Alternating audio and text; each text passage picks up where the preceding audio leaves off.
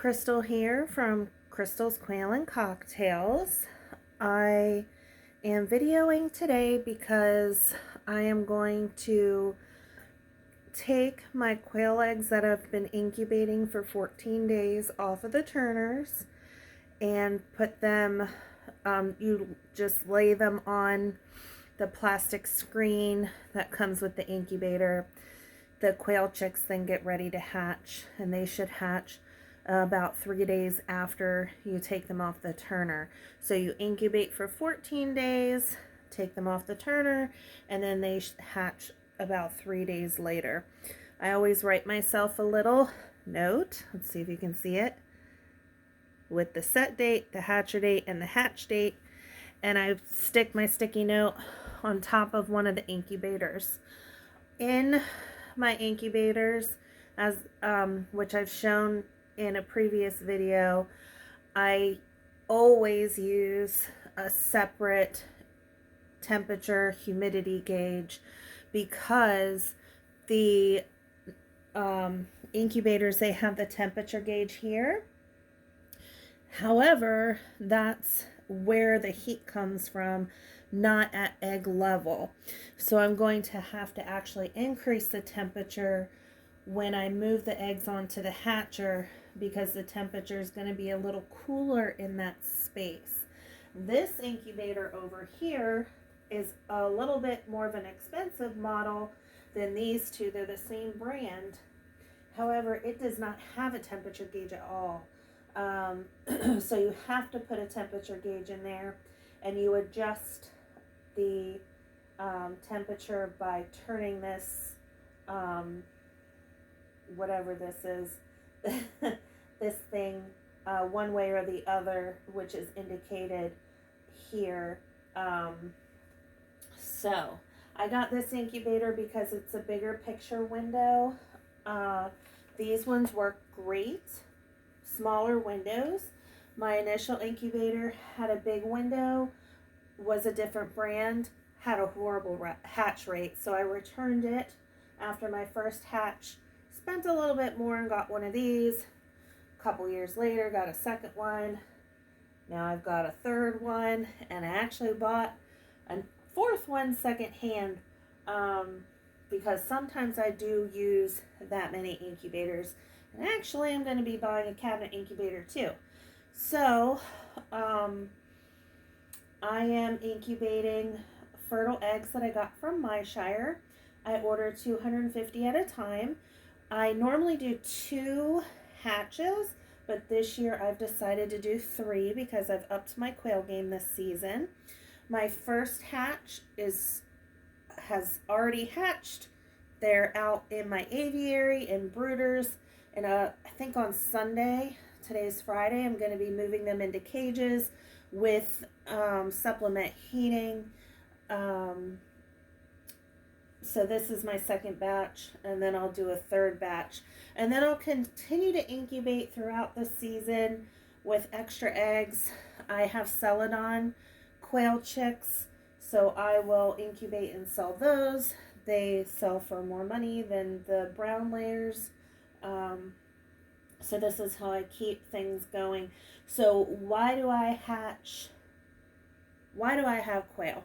So I got chickens in 2018, February 2018.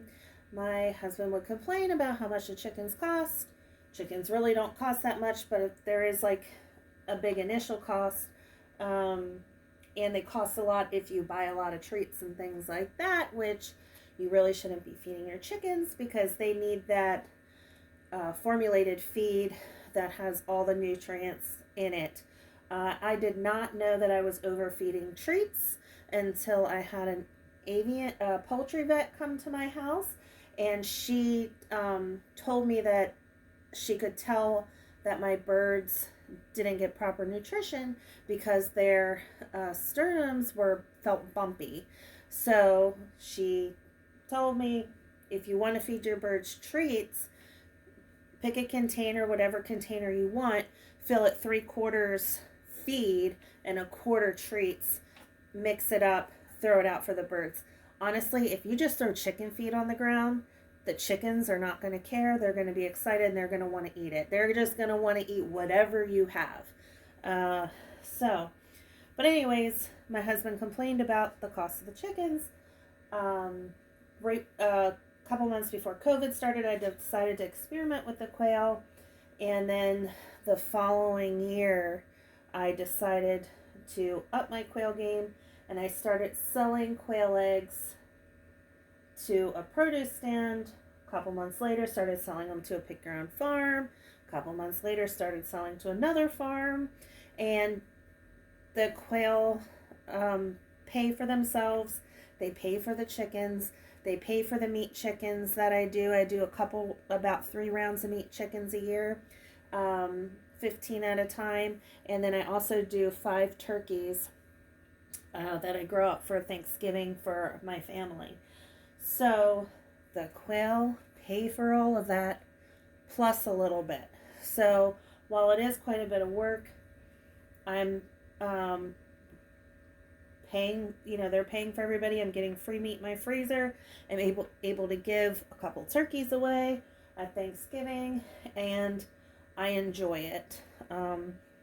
So, second batch of quail eggs.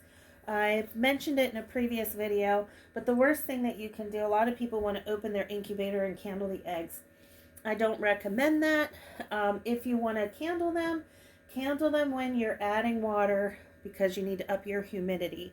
Because the more you open and close that incubator, it's gonna you're gonna lose humidity, you're gonna lose heat, and you have little eggs like this, that makes big changes and can affect your hatch rate. So what I'm going to do, and I'm going to film it, is I'm going to go through each incubator. I'm going to open it. I'm going to take the eggs off the turner and lay them on the screen. I'm also going to fill up the water channel. So I have to use a flashlight to see the humidity and the temperature. Let's see. This particular incubator, for whatever reason, doesn't run as high humidity. So I'm probably going to have to fill another channel on this one. These ones, the humidity runs higher.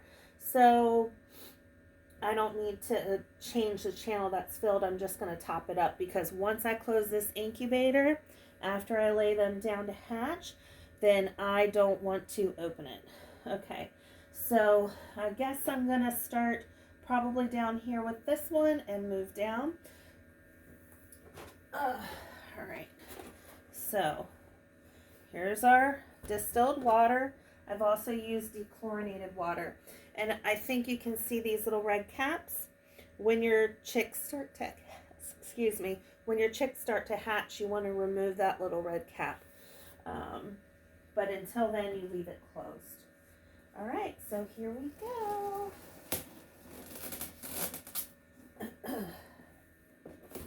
The egg turners run on a different power source, so you'll also want to unplug them so you're not wasting energy. Okay. Top my water up.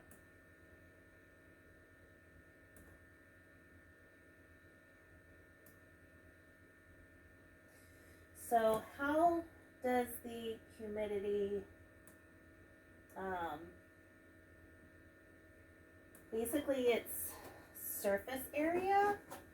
So there's different channels with different amount of surface area. So the more surface area, the more humidity. So I just filled the largest channel, and now I'm going to fill the square in the middle in this one to bring the humidity up some.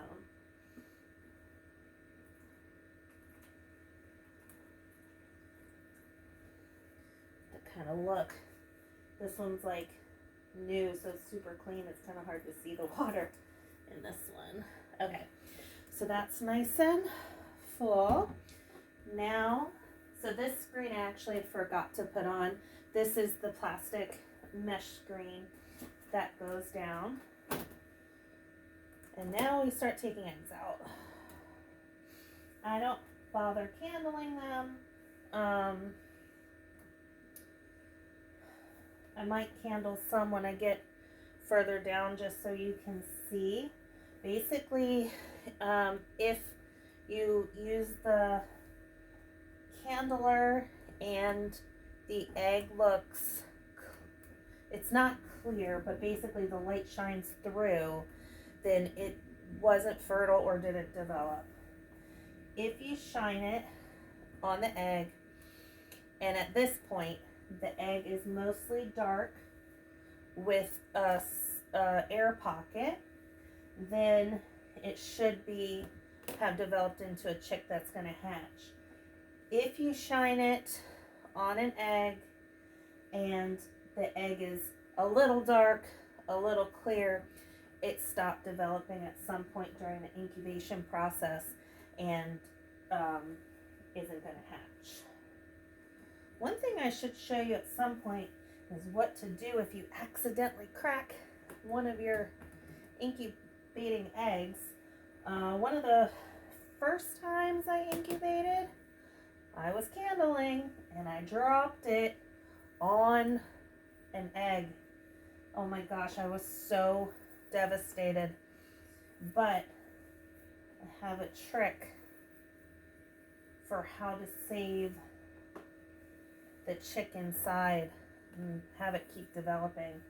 I'll have to film that at another point because that chick did hatch.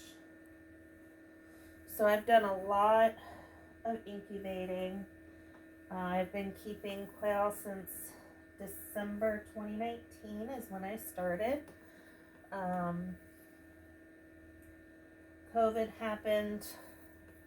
We just had a couple quail, like 16-ish or so, just for personal use. The kids really enjoyed them. You know, things like that. But quail are not like chickens. They don't go in a coop. So you're basically like doing an Easter egg hunt for eggs because they'll just lay anywhere. They also don't sleep in a coop. So if you decide to keep quail, depending on how you keep them, almost dropped that one, you need to make sure they're protected.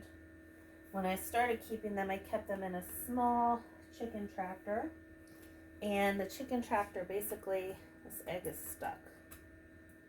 I'm not gonna force it. The small chicken tractor kind of had like probably 1 inch by 3 inch, like kind of fencing. Well, some animal, I'm assuming a raccoon, reached its hand in and tried to pull the quail out and just killed them. So that was not good. So then I put hardware cloth. I'm gonna slide this down a little bit, but I gotta do it gently because I put water in there. Kill them. So I put hardware cloth around the chicken tractor, which took care of that problem. And then when I decided to increase my quail, obviously I went to cage. Well, I don't know if it's obvious, but I went to cages. All right. So this one is set up. So in a little while, I don't know, maybe I'll have to let the temperature gauge adjust, but I'll have to come check the temperature and adjust it as necessary. All right, so I think I'm gonna do this one next and candle these because I think you might be able to see these. So let's do that. Now it takes a little bit of time moving all these eggs.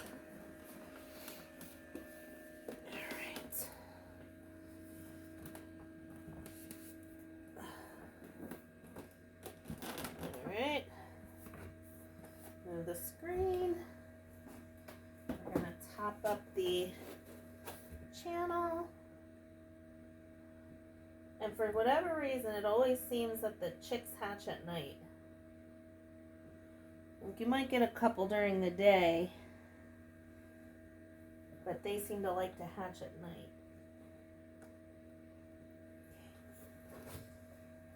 Once I haven't had a hatch in 24 hours, I shut the incubator off. I don't let it run for too long.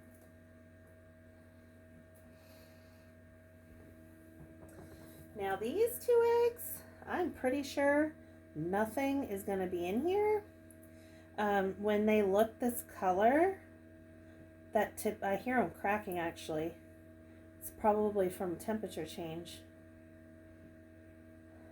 I don't want them to crack on my, yeah, I don't think I want to put these in there. I think these are trash. Typically when they're that color, the shell is really thin. I'm actually surprised that those were included in my order because they should have gone in the trash. But I put them in here anyway to see if they would develop. So I'm going to candle them. But since I was hearing cracking sounds, I'm assuming that was because of the temperature change. I didn't want it to crack and leak everywhere. So I have a little trash thing over there. So I set them on top of that.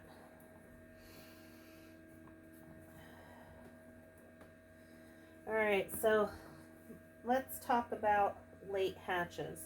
So usually late hatches have some kind of an issue. Sometimes birds that pip and can't get out have curled feet. Some people don't recommend interfering. So if the bird doesn't hatch out on its own, don't help it.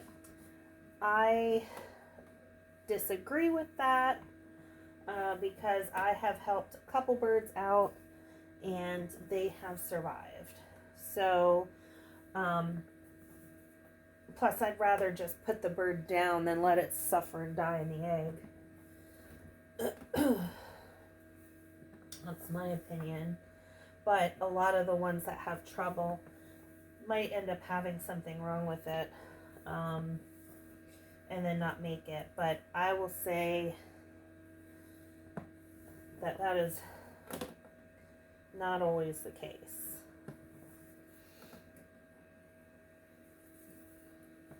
So these quail eggs, they're all Coturnix quail. This is Coturnix quail. I also keep mountain quail. Mountain quail only lay during breeding season. That's going to depend on your area. And they lay a very soft cream colored, the egg isn't soft, but it's like a creamy color, like not white, like a light cream, and they're a little more pointed. However, I decided that I wasn't going to incubate and hatch out any more mountain quail because it just takes up a lot of time in my incubators, and you know, you don't get as many birds. So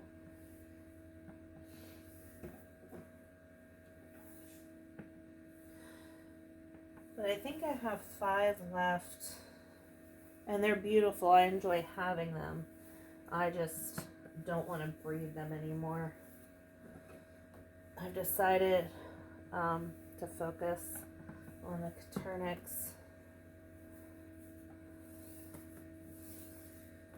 Alright, so we have our eggs set.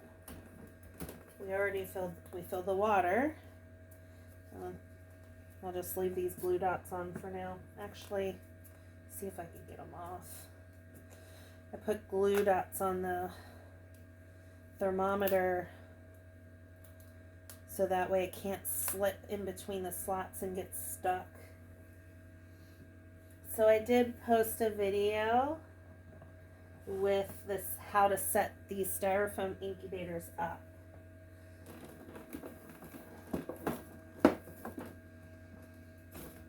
So if you want to know how to set them up, watch that video.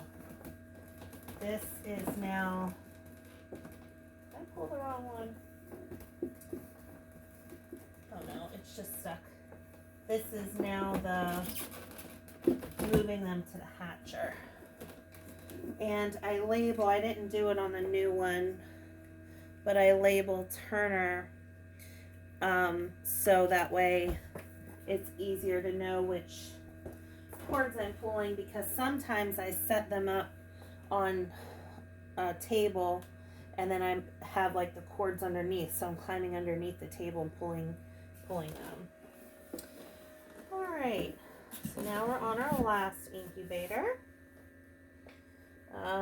I can see the temperature gauge, so I am going to attempt, I don't know if you'll be able to see it, to candle these for you. So I'm going to take the top off, I'm going to turn the light out, and then I'll put the candler on top.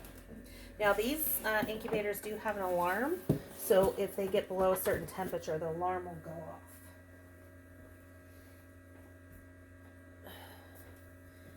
If you candle them, it's best to do it when it's dark. Okay, so this egg,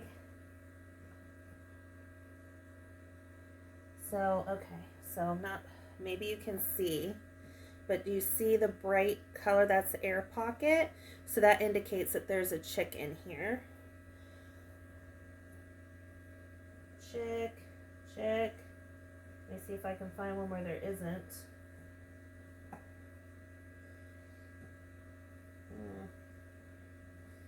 I see lots of chicks here. Okay, here's one that's not. Okay, so see how you shine it through? Hopefully you can see. And it's not dark, like you can see through, like the light travels through the egg.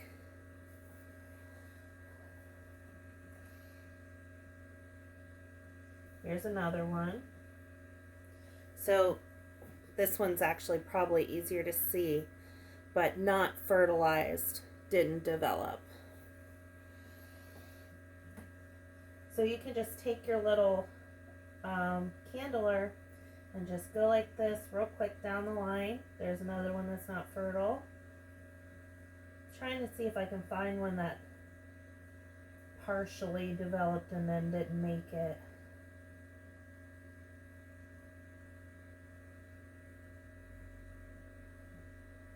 I had a really good hatch last time, so hoping for another really good hatch. So I ordered 250 eggs. I keep 60 chicks, maybe a couple additional, because you'll have losses, especially that first. All right, now this one I'm not sure about. Not sure if you can see it, but see, like it's a bigger air pocket. So it might be okay, maybe not.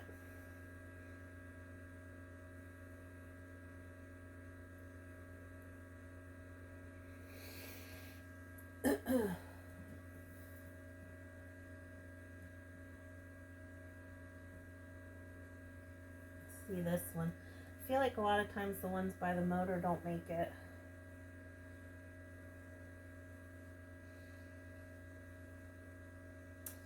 This one's kind of same, like big air pocket.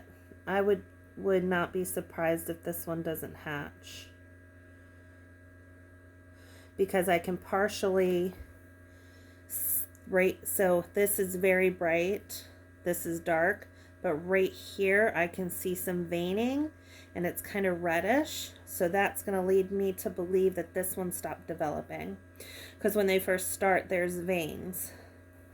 So I'm going to stop checking them now. Actually, let's check this one. This one has another big air pocket, but I just saw movement. So,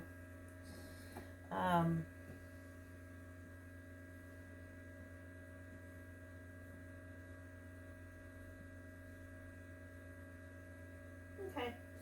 So I'm going to stop checking now. Hopefully you were able to see the difference between the developed egg where a chick is probably going to hatch and one that wasn't fertile. Okay, so who are we going to talk about now? So I'm not going to bother throwing the eggs out. So some people will take eggs out that aren't fertile.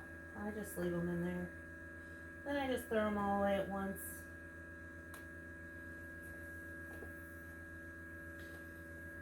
I definitely feel like that new incubator goes through more water than these.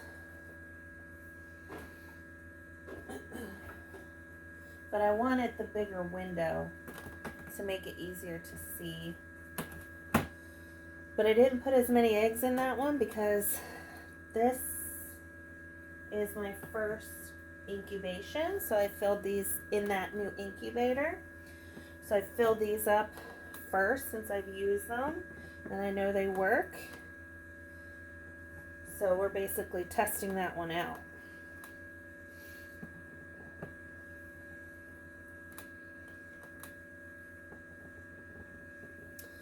Oh, so let's talk about culling quail chicks. So if you have quail, you're going to have to put animals down. And the reason is when they hatch out, you're going to have 50% boys, 50% girls. You cannot keep quail in those numbers.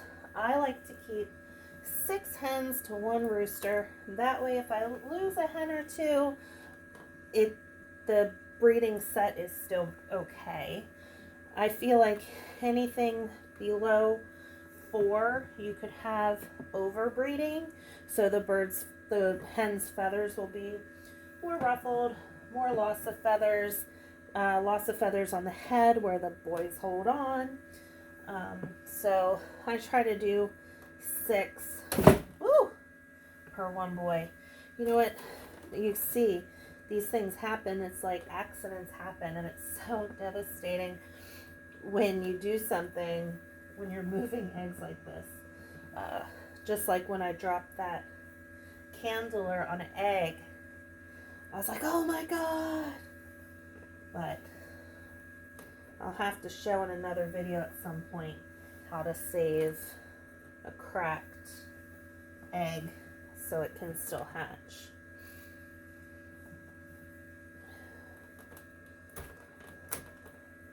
So this egg here was one of those the brown one with the real thin shell, and it cracked and broke inside, but I couldn't get the bottom out. I could only get the top out. So now that the turner will be out of the incubator, I'll be able to clean it out.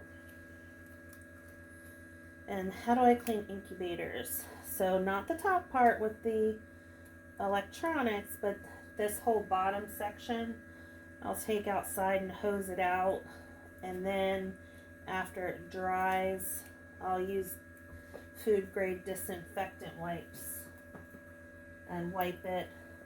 Sometimes I'll wash everything with soapy water, but it just depends on what else I'm doing.